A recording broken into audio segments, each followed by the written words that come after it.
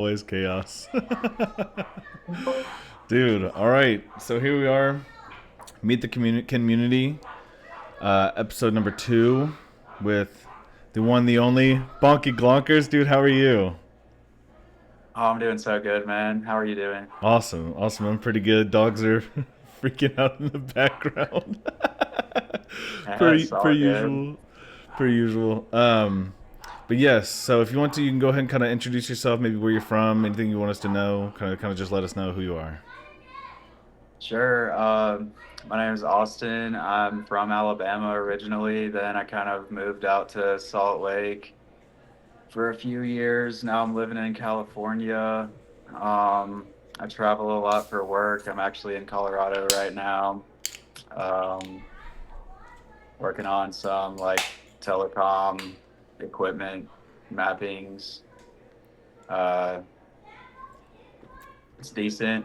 I like my side gig is making cans. I made this one. Yes, I made a sir. bunch for a bunch of people. Yeah. I'm just trying to lock it in, make them better and better every time. Trying to make cool wood combos. Trying to get better at playing too. Hell yeah. Probably, yeah. Dope. Dope. Yeah, I got mine. I got Do a mine lot up of on cheers the wall. latest. Yeah, I got Yeah, I mine up got on the one of wall. yours too.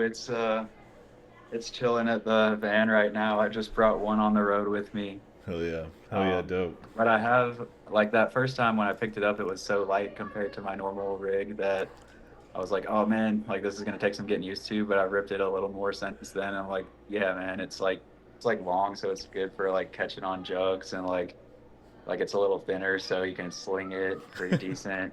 Yeah. Yeah, I like that thing. It's pretty good. Hell yeah. Hell yeah. Thank you, bro. Yeah, I love mine too, dude. I was doing a like inward lunar and then like cush tap, and I kept getting it on yours. I never film anymore, but I got it like 3 times in a row. And I was like, oh, I was like, oh, dude, I should film. And then of course after that, I like never got it again. I was like, okay. That's how it goes sometimes, man. Yeah, Just get in like 2 years, you'll be able to do that on any setup, and you'll be like, "Oh, I remember that one time I got it." yeah, yeah, That's how it always goes to you. yeah, hell yeah. Okay, all right. Well, per usual, I know we did this before, and my fault if it failed. I had not planned as well as I probably should have to have audio and stuff recorded, and we were doing it on our phones, so it was struggling. But this time we got the Yeah, setup, got the mic, got the webcam, got Google Meet. We're using everything the way we should be using, so it's much better. And I think the one with Chaz. I think the one with Chaz went really well, and it had really good reception. We've already got quite a few views and stuff, so that's really really cool. So I'm hoping this will be kind of similar because again I think you're a pretty interesting dude, and we talked before, so yeah you had some really good answers. So I know you well, like hey man, I like always come off the top, so I probably don't even remember what I was saying, and it'll come from the top again, so it doesn't really matter. that's cool. And part of that was probably my fault. I didn't really plan very well, and my service wasn't that great either. So No, no, dude, it's now it should cool. be good. Yeah, yeah, I was gonna say we should be locked in now. I think I got it the way I want it, quote unquote, the way I want it. So, all right, so we'll just go ahead and start, and then well, yeah, once we finish the questions, like I said, we'll kind of just talk shit. We'll just talk about Dama, whatever you want to talk about. So, All all right, so what was the first moment you remember when kendama stopped being just a toy and became a skill, a discipline, or even a form of self-expression for you? the first moment, like, yeah, see, I don't like I've already answered these, but it's gonna be completely different because there is only one first moment, but I just gotta think about it a little bit again. Like whenever I was like, okay, yeah, this is gonna move forward. This is not just like sitting on my desk to touch every once in a while. Yeah, Yeah, probably just um probably just like it could have been like the grind for like yeah, this is what I said last time too. It was the grind for base cup to like toss in yeah, because that was the first trick I was trying to really get that I grinded on really hard that where like both of them leave your hand and rotate independently and you have to like catch them at the right time. yep, Um and yeah, just the feeling of being like, okay, yeah, these like I have no control over either one, once they leave my hand. Like, but then I catch it still. Like, then I was like, okay, yeah, this is gonna take over for sure. Yeah, yeah, that's awesome. Yeah, because that I kind of agree. I think mine might have been I was at the beach. I want to say maybe it was Myrtle Beach. I think. Um, and yeah, I mean, I had really kind of taken it seriously from the beginning because I was like, this is gonna be like my new thing. You know, I was like living in an apartment, so I wasn't doing any wood stuff at the time. It's like before I started doing wood stuff. All I really did was like play video games and play drums, which again I couldn't play drums in my apartment, so Yeah. it was like what can I do for fun? And video games, um, again, like I've said this before, but like I didn't have time because again, once I had a kid, I was like, oh, I'm not gonna be able to just like I'm gonna be able to just play video games like I used to. You know, he's gonna start crying when I have to throw the controller down. So I wanted something I could easily pick up and put down. Um, I think I remember when I started working on like pull up Ken flip, and I couldn't quite get it like a perfect one Ken flip like every time, but I could get it one and a half and then catch it on the base cup and then like down spike. So I remember I made this whole edit at the beach early in the morning where I was just doing like Ken flip, like one and a half Ken flip, and then like down spiking the shit out of it. It was great, and yeah, that was the moment where I was like, okay, I think I can learn to juggle. I think I can learn to do some other stuff where it's like release stuff, you know, and yeah, like you said, Yeah. kind of letting go of both, and then having to recatch and like yeah, work on that. Yeah, yeah, for sure. Okay, let's see. So, all right, if you had to describe your relationship with kendama using one trick, which trick would it be, and why does that trick represent you? Man. Hmm. Well, that's probably evolved over time and will evolve again because I am.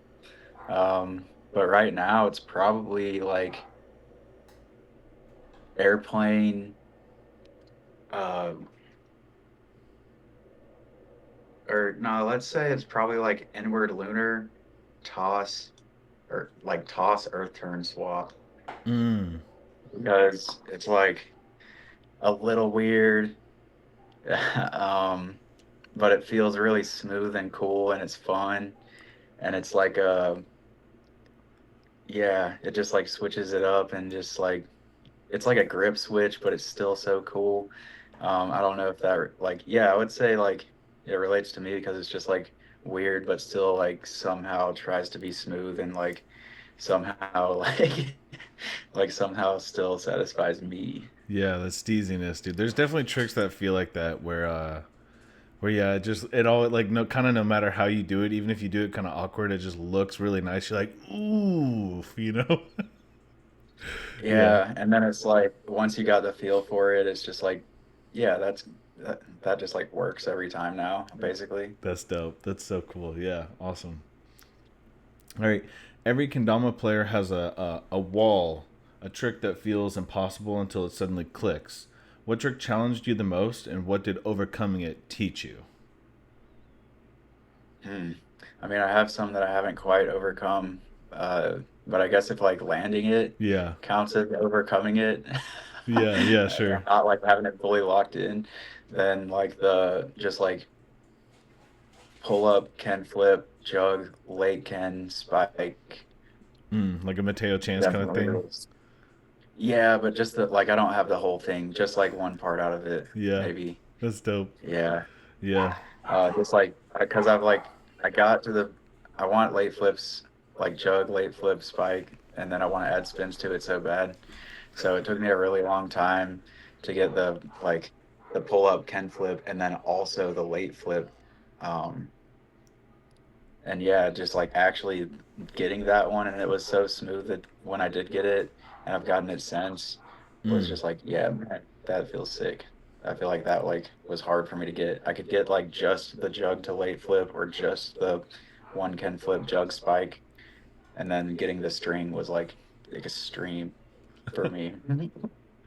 I definitely feel like I've told myself so many times like you know when you land a trick for the first time, it kind of proves it's possible, right? Like you may have an idea in your head and you're like, oh, okay, like I saw somebody do this, I got inspiration, or like, oh, I thought of this trick, I can do it, you know, and then you're grinding it and you're like, man, maybe I can't do this, you know, you're like you kind of doubt a little bit, right?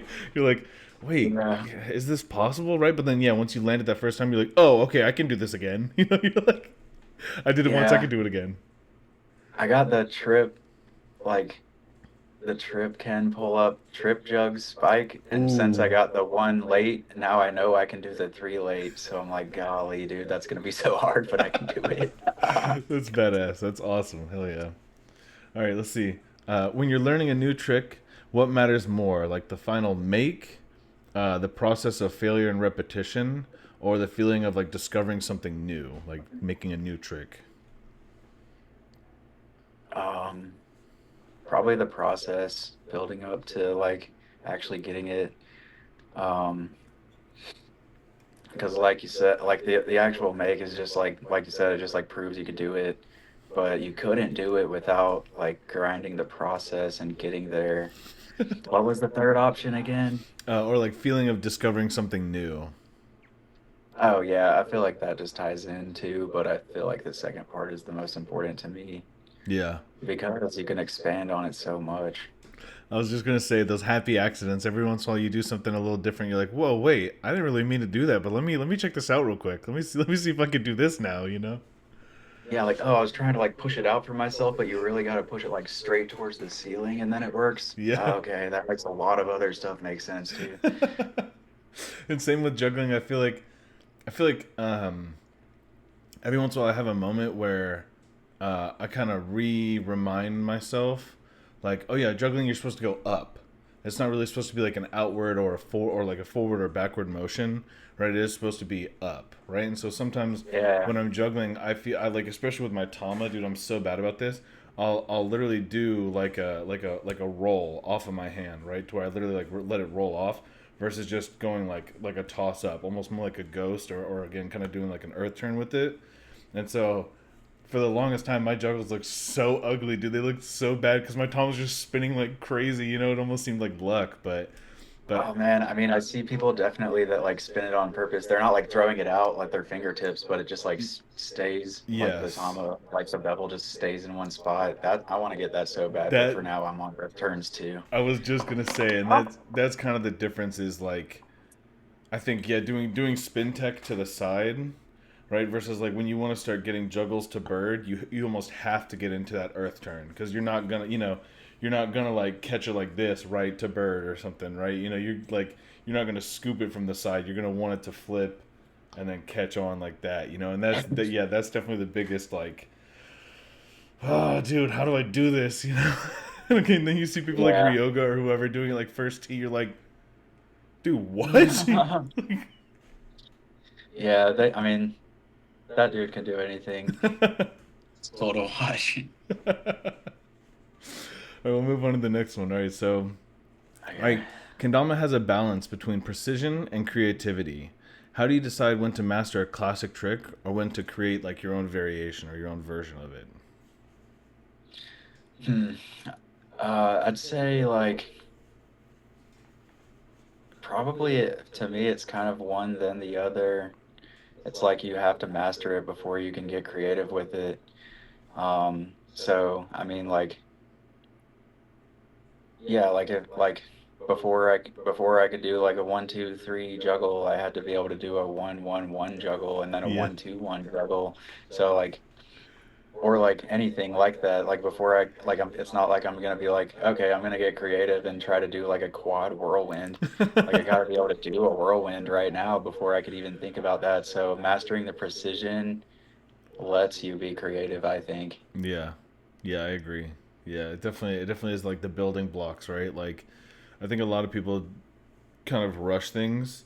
Um, you have it's such a popular thing to like learn to juggle or again like doing taps and stuff, these like, big grander type tricks, right?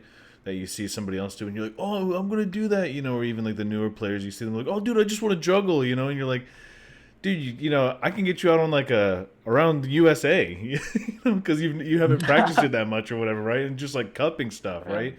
But if you're playing Ken against somebody, so it definitely feels like, yeah, kind of having the basics does build on to the eventual like variations, or you kind of creating your own style and stuff. Yeah, yeah, agreed for sure. Okay. Oh yeah, this is a good one. I love this one. If you could watch the journey of your younger self learning kendama for the first time, what advice would you give them before they attempted their first big challenge? Hmm. Ties right into the last one. I'd probably just be like, hey man, like I know you want to do that, but if you could do the easier version first, or like this other trick first that everybody tells you will make it work, make it easier, then just like, dude, just like you're gonna be doing this in 2 years, you're gonna be doing this in 5 years. Just go ahead and like spend the time now, and then in 5 years you'll be better. But at the same time, I'd probably just be like, yeah, just do whatever feels fun because that's still what I do. Yeah. Yeah. Yeah. Definitely. Yeah. It does. It does. It does kind of feel like again the building blocks. Yeah. If you can learn to do one version, the quote unquote easier version, that'll help get to that harder place or that harder trick. Yeah. Yeah. For sure. Yeah, if I'm like hitting like 5 out of 10 J sticks, I don't need to be trying. Like, there's no reason to try to land a stilt. Yeah. You Yeah. know, I should at least get up to like 9 out of 10 airplanes before I could start trying to like land a stilt. But For sure. you know, if you do both at the same time, eventually they'll both make sense. It just seems like having the motion down for airplanes would just make it so much easier once you move on. Yeah, yeah, and like I was gonna say, kind of like, um, again, I think once a lot of people feel like once you do a trick, you're like, oh, I unlocked this trick, and you're kind of like, yeah, like you unlocked it, but like, can you do it consistently, or like, do you have the consistency to be able to hit it even 5 out of 10 times, right? Or is it like 1 out of 20 times? Because it's like, I think for me, I definitely feel like the mastery of being able to get a trick even like 5 out of 10 times, you're like, oh, that's like pretty consistent. Like you understand the tech, you understand the motion and how Yeah. to do it, versus like, oh, I just did it one time. It's like, oh, okay. If I post it, it's probably like 1 out of 100 times. All right, let's see. Okay. All right, yeah, here we go. Every kendama trick has rhythm, timing, and flow. So, what do you think separates someone from who? Oh, sorry. What do you think separates someone who can perform tricks from someone who truly understands the art of kendama? This kind of goes into what we were saying too. Yeah. Yeah, I think it's kind of it. Like, oh man, I don't know. I know it's like to the person doing it, it's the feeling of it, but whenever I think it's kind of visual, honestly. Like you can tell when someone's got flow. Like, there might be someone that's really, really good, but they're just doing a bunch of tricks in a row. And then there might be someone that does like not even that crazy of tricks, but they just keep it moving and they just keep it like rhythmic. And it's just like when it lands this way, if then they make it go that way. Like, I don't know how to describe what I'm talking about, but um, yeah. And I mean, even on a one trick, you can have it like, I can do this trick, or you can be like, yeah, I can flow with it. I guess just like even a simple whirlwind, just like if you just like can do a whirlwind and you don't have flow, you could just like toss, flip, catch. But if you got flow, you can like flip it with a flare, catch, snag, like, Yeah. Yeah. yeah, Definitely. I think it's just more of like a focus thing, and it seems more natural if it's flowy. Yeah. Definitely. I think kind of being able to like improvise. You definitely see that a lot in like the freestyle, right? Where somebody even like Yasu messes up whatever they were going for. Like maybe they were going for like a six tap, but then they save it at four, and you're like, oh, oh, you're kind of like, dude, what? Like that was crazy. How did he save that? Yeah. He wasn't like six tap. He was like, I'm tapping it. Hopefully I'm tapping it, but I'm watching it. And if I miss one of the taps and it does two flips into my hand, then I'm gonna juggle it. Like, Yes. Yeah. because now it's in that position. Yep. Yeah. Yeah. Exactly. Yeah. Then I think that's so cool how that is kind of part of the art of kendama, right? It's like not just like, oh, I can just do these standardized tricks and like knock it out like an open style, right? But we have like a freestyle where it's more like, again, kind of more so now going to like dancing and things like that, right? Where you kind of almost see it like a dance battle. Sometimes you're like, oh, dude, these people are like, you're not just playing kendama, you're like moving around the stage. You're literally dancing while you're playing.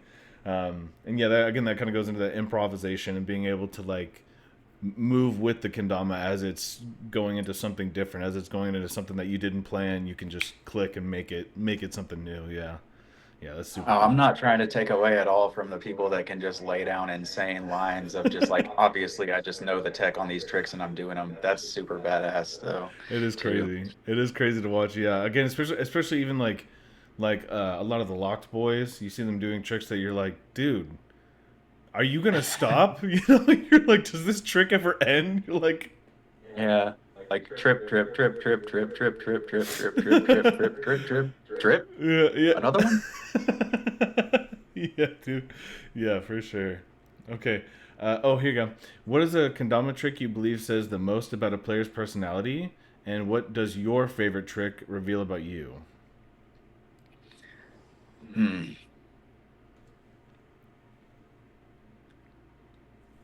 That's tough. A kendama trick that I think reveals something about a person's personality.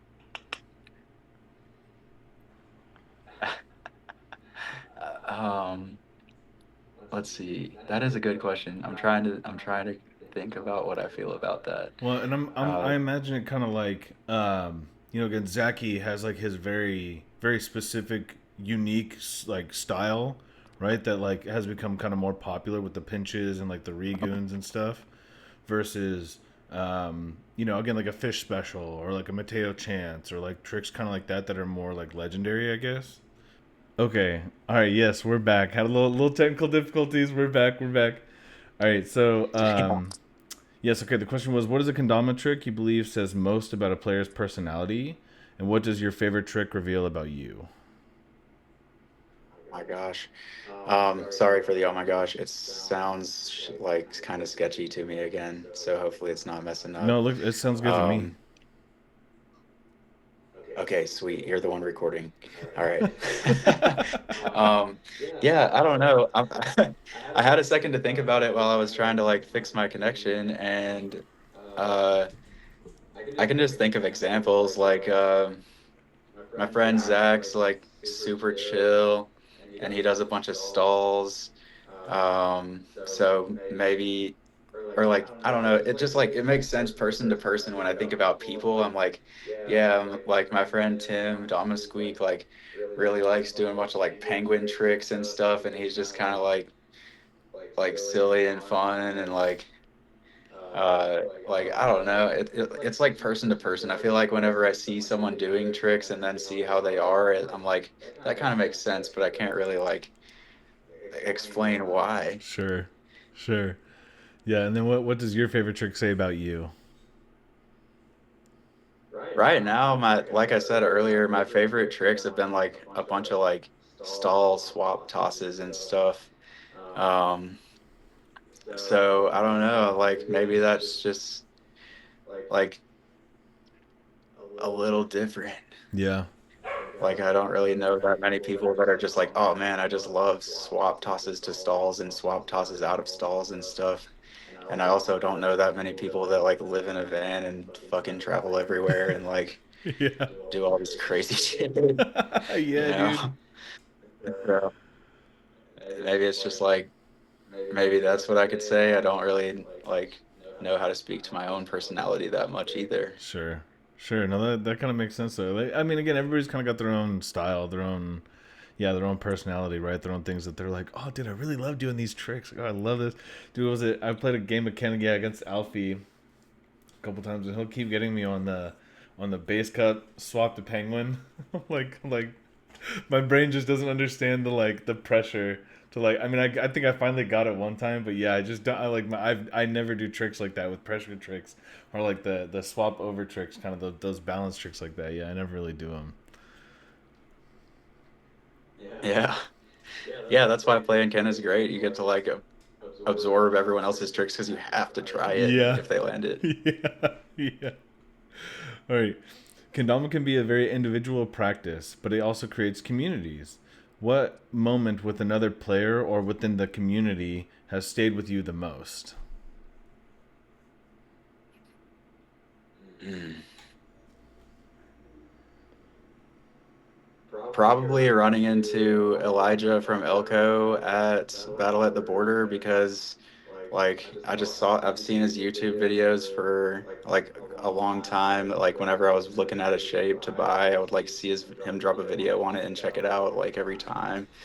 And then I just like saw him, like walked up to him and I was like, "Yo, what's up, dude? I like your tutorial or your like reviews and stuff. They're so nice." And he was just like so kind and just like so bubbly and just like, "Yeah, man, what's like I don't know." He was just so chill and stuff.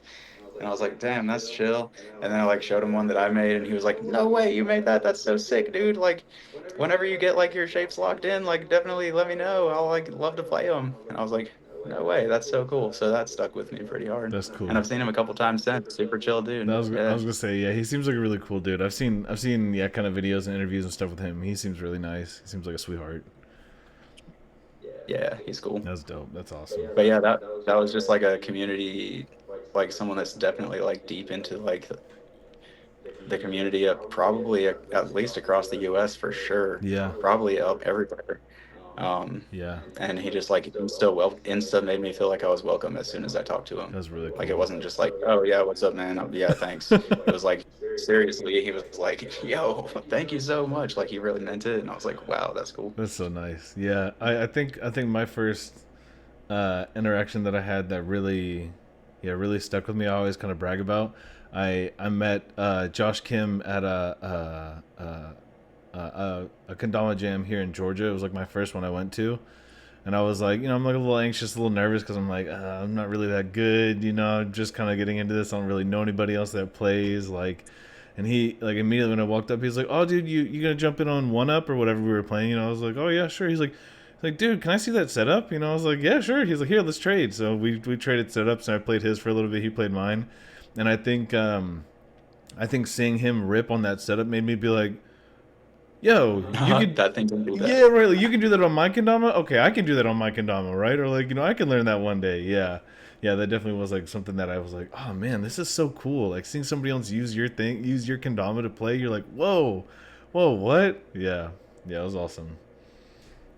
Oh, and then Yeah, similarly, I definitely like Davide played mine that I made. that's And badass. I was just like, "Holy shit, dude, he's doing like the like blowbacks Oh and stuff yeah, on mine. That's crazy." yeah, yeah. I had Zach Gallagher. He came to ATLO. I think it was 2 years ago. I want to say. I think it was 2 years ago.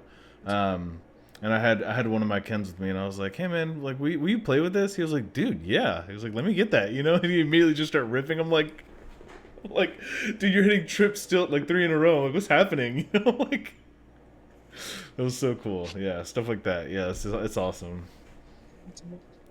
Okay. Oh yeah, and the last one. Okay. When you imagine the future of kendama, what trick, style, or movement do you hope the next generation of players will create that nobody has seen before, or maybe even kind of push forward? Okay, yeah, I think I didn't even have a chance to answer this one last time because it was just sketching out too hard. Yeah, let's see. I mean, moving forward, I would love to, like, it's happening now, but I would just love to see the string tech keep getting crazier and crazier. Especially like more of like incorporating flips and like other tricks into it, much less as like just like doing really long string tricks. Like if like hopefully they'll just start to be able to like do string tricks where the Ken and Tama end up in certain places in ways that like people haven't even thought of yet. I feel like that's so expansive, it's unlimited. Yeah, yeah. Like I don't know if you see or if you know Dama Gray from Locked. He's cool with Danny and them, and he does a lot of auto spikes, right? So he'll like do some crazy string stuff, and then Yeah, like, like so really, yeah, dude. yeah, And I have I'm seen like, this. how? Dude, like, what are the chances? How do you do that? You know, like, Yeah, like, do you just sit there and be like, okay, and then if I like loose like this under yeah, this finger and then over my thumb under these two fingers, then it's just long enough. yeah, dude. Or something. Yeah, stuff like that is it's like so impressive because you're like, yeah, this must have taken you hours to even figure out. Nevertheless, to actually like do right, like actually be able to like bring to fruition, right? It's like just the thought of like, yeah, exactly. Okay, all right, the string's got to be this long, and then I got to wrap it around this finger, and then bring this one forward, and then like click. You know, you're like, dude. And it's always a surprise when he spikes it too. You're like, all right, when's he gonna finish this? When's it gonna end? When's he gonna hit it? You know? Yeah. So yeah, I mean, I'm not like crazy at string tricks or anything. I've got a couple, or a few, but like yeah, next gen, just like adding more and more tricks into string tricks, more and more string tech tricks. Yeah, I think that would just be cool to see. yeah. Well, and I think we can just kind of talk community and fun stuff and whatever. I think kind of going off of this question too, like we've seen the Romania boom, and I kind of joke about it starting in Romania and moving east, and then like it went through Japan, kind of this resurgence in Japan, resurgence in Hawaii, and it keeps kind of moving. And I think soon we're gonna get a big hit, a big boom in America. So I highly suspect that we'll see a lot of yo-yo players probably coming over too, because I know there was a lot of yo-yo players even like in 2020 when I came in. There's a lot of yo-yo players that ended up jumping onto kendama because it kind of makes sense. It's like, oh, it's not that far off from yo-yo. Like it's really similar, right? It's like counterbalance, and especially it's string tricks. Again, it kind of like makes sense. Like oh yeah, like okay, and so instead of it being a yo-yo, it's just a ball and a handle, right? You're like, oh okay, and I can still spin it, or I Yeah. can still do this kind of trick and like pinch this, or like it's really cool. I've actually seen some recently like yo-yo clips. Like I don't know if it's always been a thing because I haven't really played much yo-yo, but I've seen people like playing yo-yos that have like a counterbalance on the other Yes, side now. And yes, so they can do like kind of like kendama string flowy tricks on the yo-yo. So it would be like an even easier jump over if you're used to like the counterbalance yo-yos that have like the weight on the other end. yeah. Did you see that clip of Zaki doing the cloud bounce with a yo-yo, dude?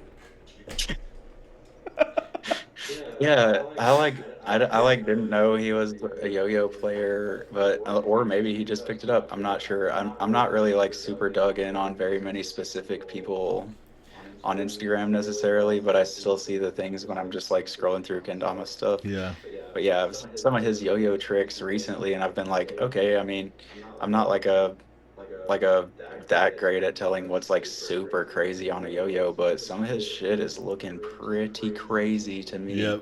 Like, wow, man, it makes sense, but yeah, damn, still. yeah. I definitely agree. Yeah, it feels like again it would translate pretty well, especially like string tricks or flow tricks, because you're like, oh, it's just a different shape, right? Like it's just something slightly different, right? It's just getting used to the physics of this. But yeah, I think we'll see a big jump soon from yo-yo to kendama, and maybe kind of vice versa too, because again people would be like, oh, yo-yo's not that different. Like, oh, I can just pick up a yo-yo, have one or two or whatever. Yeah,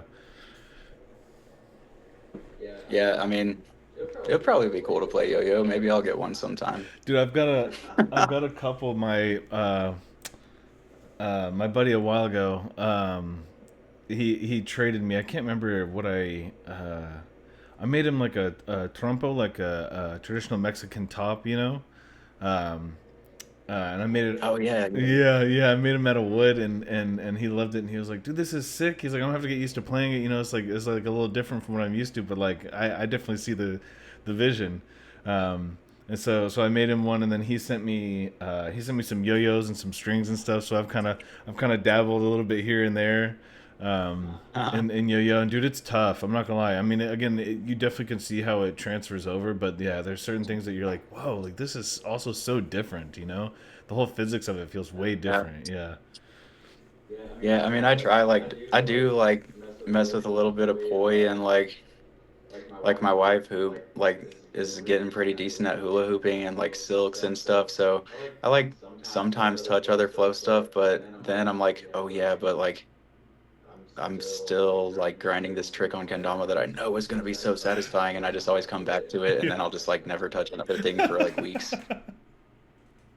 That's awesome, dude. Okay, so I wanted to talk about like hand turning and woodwork too, because obviously that's a big Sure, part yeah. of your journey and stuff too. So like, how did you get started? Were you doing woodworking kind of before, and then maybe got a lathe, or were you already doing lathe work stuff, and then it just kind of made sense once you started playing kendama?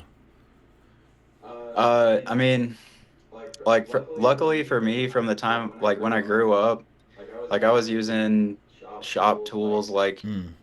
basically from the time I was like 6 or 7 up, I had like full access to like a table saw, drill Yeah. press, belt sanders, like all that kind of stuff. So Badass. it's lucky I have all my fingers. But I used to just always make stuff. But I was always thought lathes were cool. My granddad made me a baseball bat when I was like a kid, Ooh. but I just never really messed with one that much. Sure. I mean, it takes it takes technique. I mean, you can like I use carbide bits for details a lot, Yep. and stuff, but like to really slice with like the like shaped steel tools takes like technique that takes way longer than just being like, okay, I want to try to cut something with this right now. Yeah. Um, and my living situation hadn't really allowed me to like do much with woodworking for the last like few years or so, but yeah, I found myself just like buying so many shapes, and I was just like, man, like I see how the little differences make a difference on how I play this thing, and I want to be able to like make ones that feel the way exactly how I want them to and can do the things exactly that I want them to. Um, so uh, I guess probably like 8 or 9 months ago, Mhm. I just finally hopped on Facebook Marketplace and grabbed a lathe, and then like went and got all the tools, made a couple shitty kendamas, and then kind of like figured out how to use the tools doing that. Then like finally got one where I was like, okay, this is starting to work out. And then just kept like I was making like multiple per day for a while because I wasn't really working that much. Mm. Um, and like making like 2 or 3 a day. So I just like really dove in on it. And then I was like seeing like older designs from like Prelude and Atlas and stuff with all the like crazy splicing, and I was like, I could try that too. So I started just like splicing stuff up, and then started like trying to get into the technique of like how is it going to look when I cut it, like in my mind, like how's it going to look if I do Mm. this and then cut it, and then if I was right or wrong, it's still probably cool, and then I have that knowledge for the next time. Yeah. And I kind of like don't really have the best shop right now tool wise to do like really cool stuff that I like think of.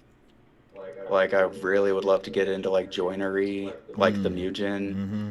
type stuff where it's just like really nice like woodworking joints in Yeah, it fitted. with like different kinds of wood. Like if I could get like sideways joinery with like veneers in between it, like solid hardwood veneers. Man, like yeah, like eventually if I can get myself into a true shop setting again, I really want to go off, but yeah, that's pretty much how it started. I just kept tinkering with it until I felt like I had something, and then still tinkering with it. Probably want to keep tinkering with it. That's badass. That's awesome. Yeah, dude. If you're ever in Georgia, please come by. Let's make something, dude. I'm super Yeah, down. my parents live in Alabama, and Okay. I live in a van, and I'm planning on going to. I'm not sure if this will all actually work out, but I'm planning on going to Blue Ridge Battle. I'm gonna make that happen.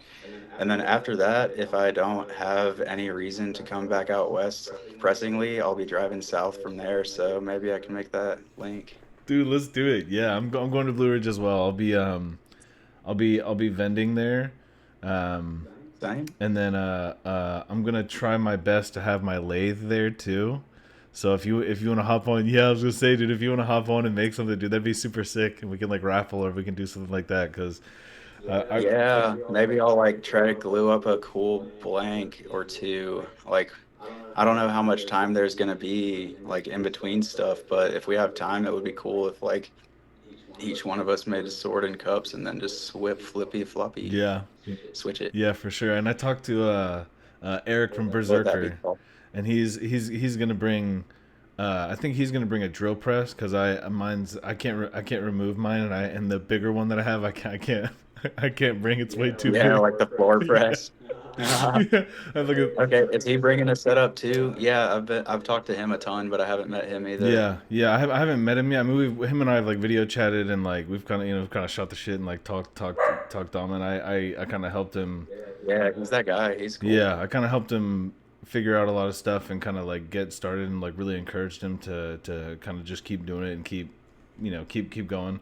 Um, But yeah, I told him I was like, hey man, I'm gonna bring my lathe, and I'll probably bring like a couple other little things, like some bits and some stuff, and like my tools and whatnot, and just some stuff that we need. But I was like, but dude, if you can bring a drill press, I was like, I'll have everything else we need to finish Ken's basically. So yeah, I plan on trying to do that, and they're Yeah, gonna have a spot for me outside. And yeah, I'm down to let sick. whoever wants to turn, dude. Let's do it. I'm always down for that. Okay, if I can drive out, then maybe I can bring some stuff too. Maybe even like my lathe too. I haven't talked to them, but if I don't end up driving out and if I end up flying out, then maybe I can just bring some cool glue ups. Yeah, that'd be awesome. Yeah, because I'll have carbide tools and the traditional tools. Oh, I wanted to say I challenged myself a while ago to make my shape with like only traditional tools, and dude, it took so much longer.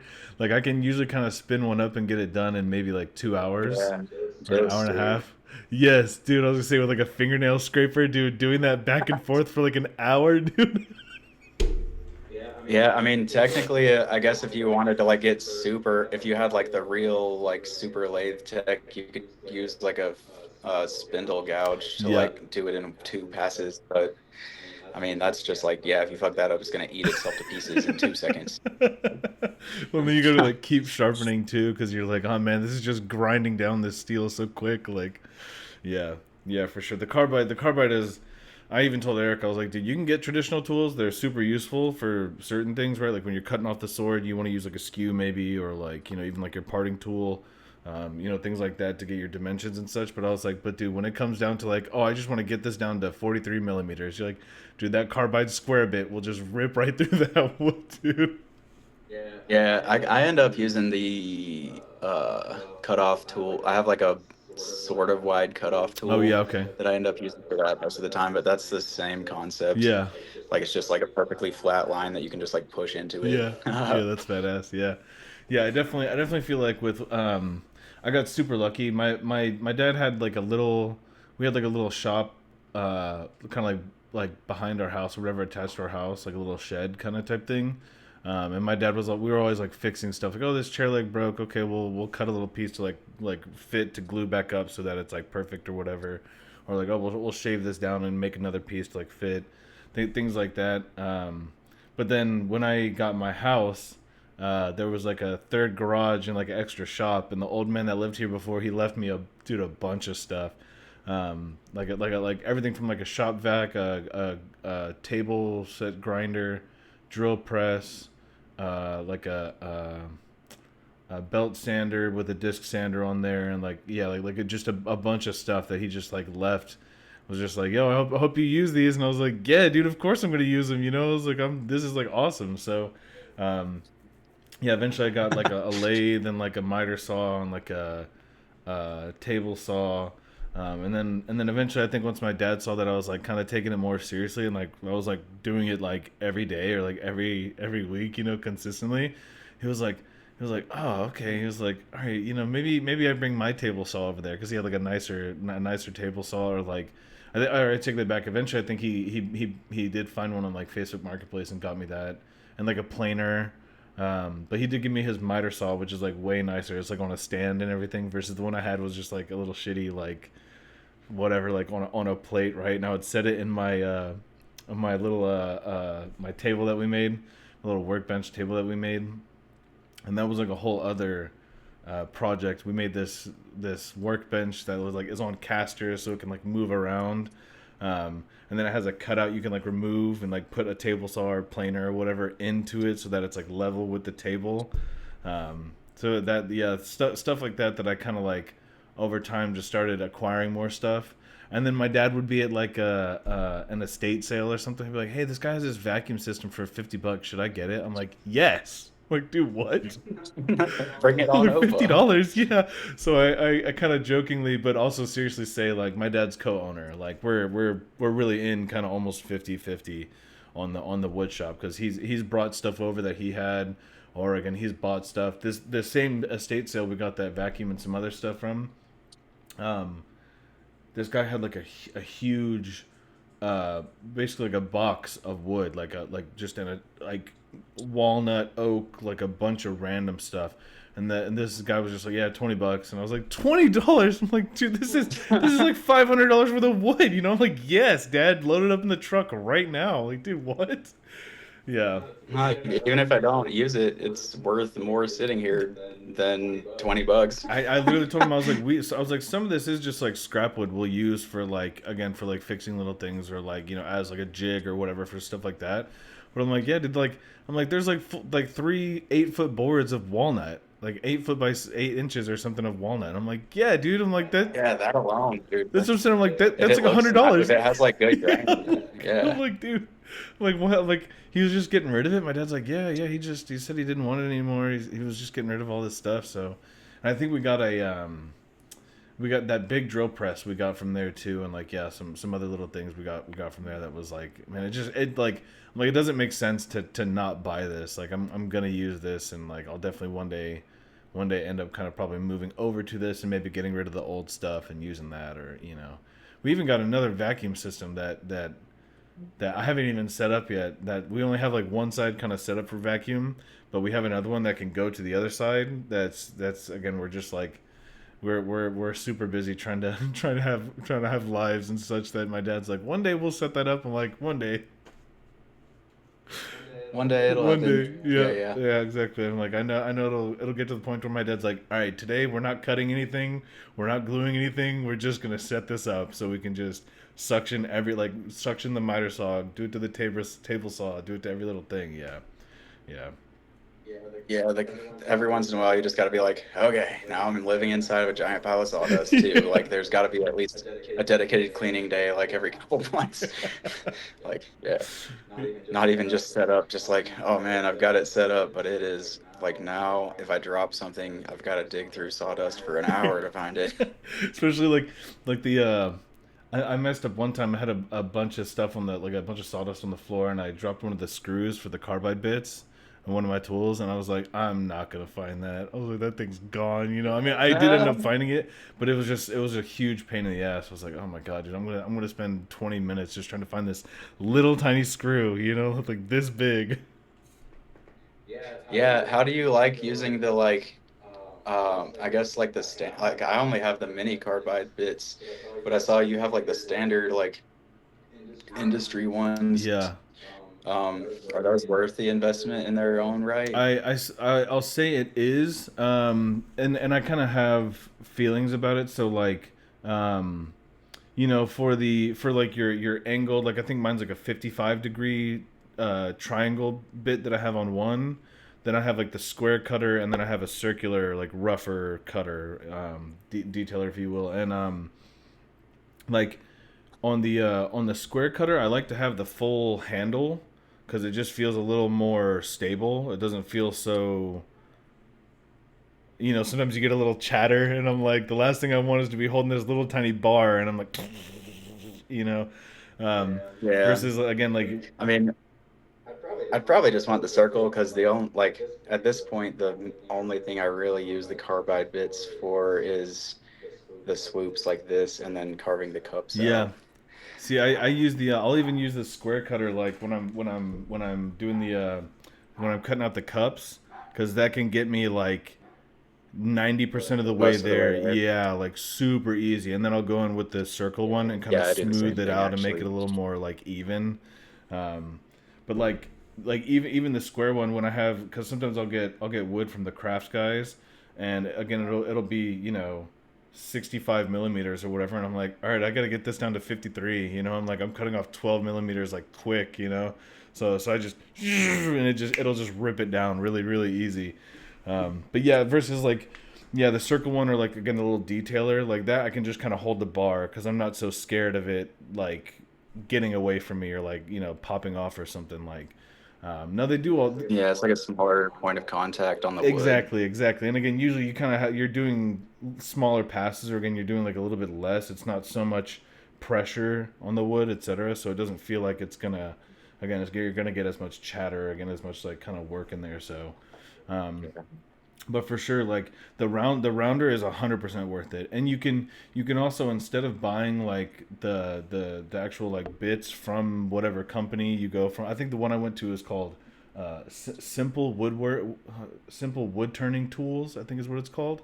Um, it's a little you can find the same sized bits that'll fit on the handles and stuff.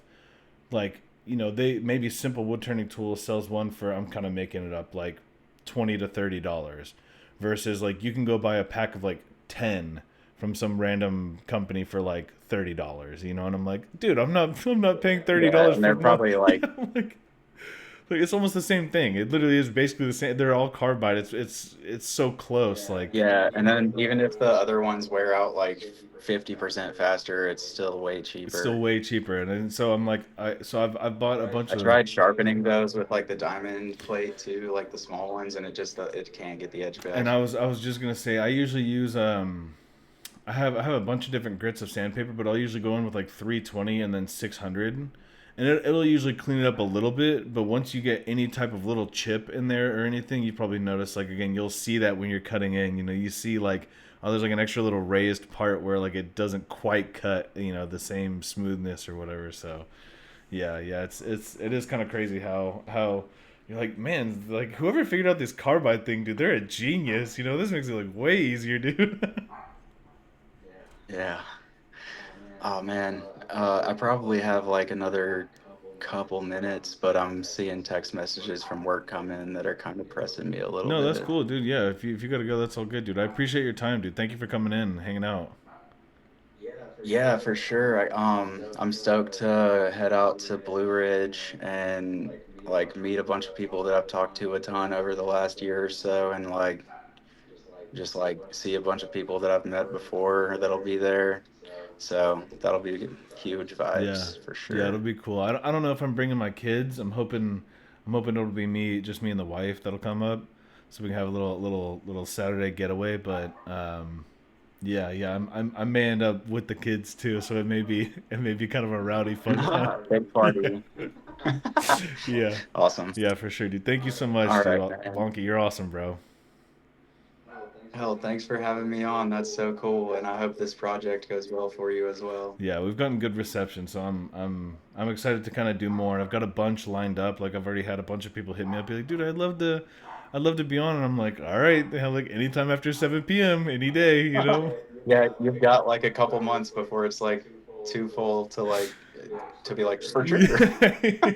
When I keep telling people to, I'm like, I'll probably stack up like two, three, or four before I release the one like the first one recorded or something. But I ended up doing Chaz's, and then yeah, record like we did it last week, and then I ended up releasing it this week because it just kind of made sense. I'm like, I want to get this out there.